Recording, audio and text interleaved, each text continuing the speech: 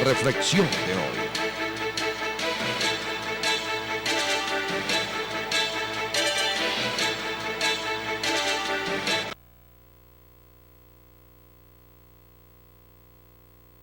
Amigos míos, a raíz de mi reflexión del día de ayer, recibí un insulto de alguien cuyo bio en Twitter parece ser una persona que ha ido muchas veces a la universidad, pero tengo la presunción de que la universidad no ha pasado mucho por él.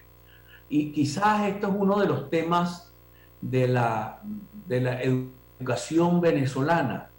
La educación venezolana tiene o adolece de algo que debimos haber superado durante muchísimos años, que es la falta de pensamiento crítico.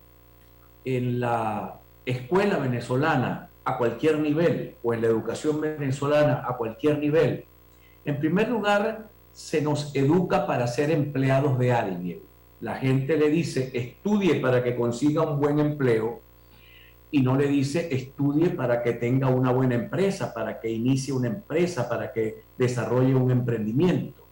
La educación sigue siendo algo así como la educación bancaria, el profesor sentado delante de los alumnos diciendo sus grandes verdades y los alumnos casi sin posibilidades ni siquiera de preguntar o de sencillamente dudar y decir, explíqueme un poco mejor esto, o no estoy de acuerdo con lo que usted está diciendo, maestro. La educación venezolana, en ese sentido, es una educación muy conservadora. Parece que estuviésemos en un estado teocrático.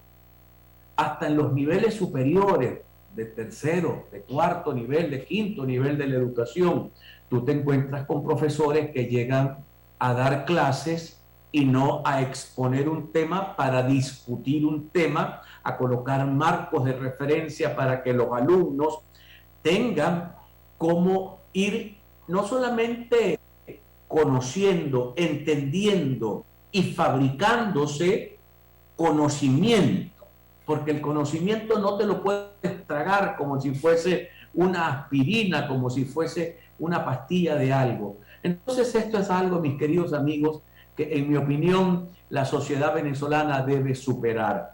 Y a nosotros los que somos padres, tenemos que educar a nuestros hijos para que sean muy críticos, como diría René Descartes, para que duden de todo, para que duden de todo, para que lo critiquen todo, para que no caigan en esta especie de rebaño de ovejas domesticadas donde todos decimos sí a lo que alguien nos dice porque ese alguien tiene razón o porque ese alguien tiene más formación o tiene más educación y comenzamos a vivir la manipulación de la verdad. La educación venezolana necesita avanzar mucho para hacer eso, una educación crítica. Recuerdo que en algún momento en Fe y Alegría voy a colocar dos experiencias hermosísimas de Fe y Alegría, que es una institución católica. Nos entregaban un salón allí en el Manzanillo y el salón tenía un jardín y nos decían, en este salón van a estar ustedes 3 años y durante 3 años ustedes van a cuidar su jardín. Y nos enseñaban a preocuparnos por mantener hermoso nuestro salón. Pero también nos ocurrió algo muy curioso. Creo que estábamos en segundo o en tercer año de bachillerato y nos comenzaron a dar clases de puericultura y nos colocaron como profesora de puericultura a una monja. Y la monja llegó y el primer día dijo, con su concepción válida de ese tema, la monja dijo, ustedes todos tienen que llegar vírgenes al matrimonio. Bueno, 15 minutos después una comisión fue a hablar con la directora y le dijo, directora, en ese salón ya no hay nadie virgen. Necesitamos que nos eduquen en educación sexual, higiene, control de natalidad. Y entendió la directora Olguita Atencio y nos cambiaron de profesor y tuvimos un profesor que entendió la realidad del estudiante, lo que el estudiante vivía como experiencia y lo que necesitaba para poder mantenerse en un entorno sano. Entonces, todavía, mis queridos amigos, tenemos casas de familia donde a los niños no se les deja hablar, donde la opinión de los niños no valen solo por ser niños. Cuando yo era un adolescente te dejaban hablar en las reuniones de adultos cuando cumplías 18 años. Eso cambió, pero todavía hay hogares donde los niños no tienen ninguna opinión, donde los adolescentes no tienen ninguna opinión. Papá y mamá mandan y los niños se acostumbran a obedecer. Y cuando las muchachas se casan, se consiguen un marido y se acostumbran a obedecer al marido.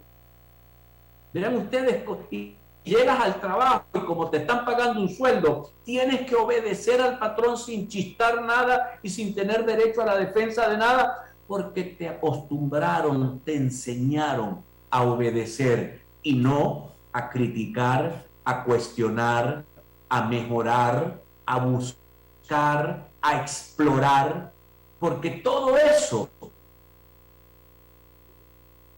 es lo que permite que la humanidad cambie. La rueda se inventó no por generación espontánea. Alguien pensó cómo hacer un método distinto para facilitar el transporte de las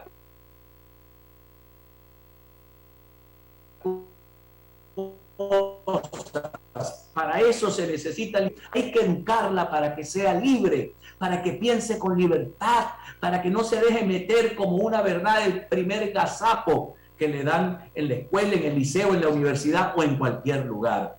Entonces, no solamente basta tener escuelas con baños y con maestros y con todo eso, sino que se trata del tipo de educación que la gente recibe, para que uno no escuche o no tenga que leer cosas como la que leí ayer de alguien que se siente bañado de sabiduría, cuestionó lo que yo dije, pero no me dijo sus ideas, porque su único propósito era de sentir que él sabía y que los demás son unos idiotas, cosa que no es así. Pero si hacemos una sociedad donde, como decía el prócer cubano José Martí, Martí decía, ser culto para ser libre. Y el único modo de ser libre es teniendo conocimiento o capacidad crítica, capacidad para decir esto que estoy viendo no necesariamente es la verdad y voy a ir un poco más allá a descubrir si hay una verdad. Por eso Carlos Correa nos decía hace unos minutos, no se conformen con los titulares, porque generalmente el titular es para vender lectoría o para manipular a la población. E insisto, la educación es fundamental para que no eduquemos a una manada de borregos, sino a una manada de hombres con pensamientos libres. Identificamos y ya regresamos. Ya regresamos. A punto con Juan Carlos Fernández.